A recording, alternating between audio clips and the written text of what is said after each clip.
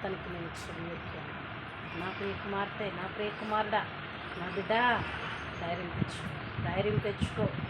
కృషించి ఆలోచించి కృంగిపోయి ఏం చేస్తారో, నా బిడ్డను ఏం చేస్తారో, నా కుమారుని ఏం చేస్తారో, నన్నేం చేస్తారో, అడ్రస్ లేకుండా చేస్తారేమో బిక్కు అనుకొని భయపడుతూ బ్రతుకుతున్నావు. కానీ నా ప్రభు సెలవిస్తున్నావు, యుద్ధము యెహోవాదే. నువ్వు అడుగుపెట్టిన ప్రతి స్థలమును కూడా నేను నీకు ఇస్తానని వాగ్దానం చేస్తున్న ప్రభువు ఎన్నటికీ మారని దేవుడు. యెహోషువను దేవుడు పిలిచాడు.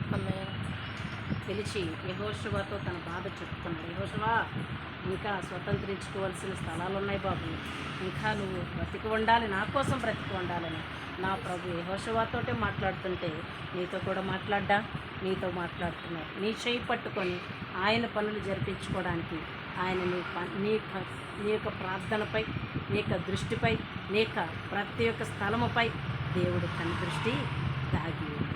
నీతిమంతులు ప్రార్థన ఆలకించడానికి, నీతిమంతులను వర్ధలింప చేయడానికి, నీతిమంతులను గణపరచడానికి, నీతిమంతుల్ని ఉన్నతమైన స్థానాలు తీసుకెళ్ళడానికి నా ప్రభు కన్నుదృష్టి నీతిమంతులు చేస్తున్న ప్రార్థనపై నా ప్రభు కన్నుదృష్టి సంచరిస్తుంది. నా ప్రియ కుమార్తె, గర్జించే సింహాలే, అది బెదిరిస్తున్న ప్రతి భయం, ప్రతి బెదిరికి భయపడక, వంగక యుద్ధము యెహోవాస్తానికి నిన్ను, నీ సమస్యను, నీ జీవితాన్ని సంపూర్ణంగా సమర్పించుకోవాల్సిందిగా ప్రయత్నం చేస్తాను.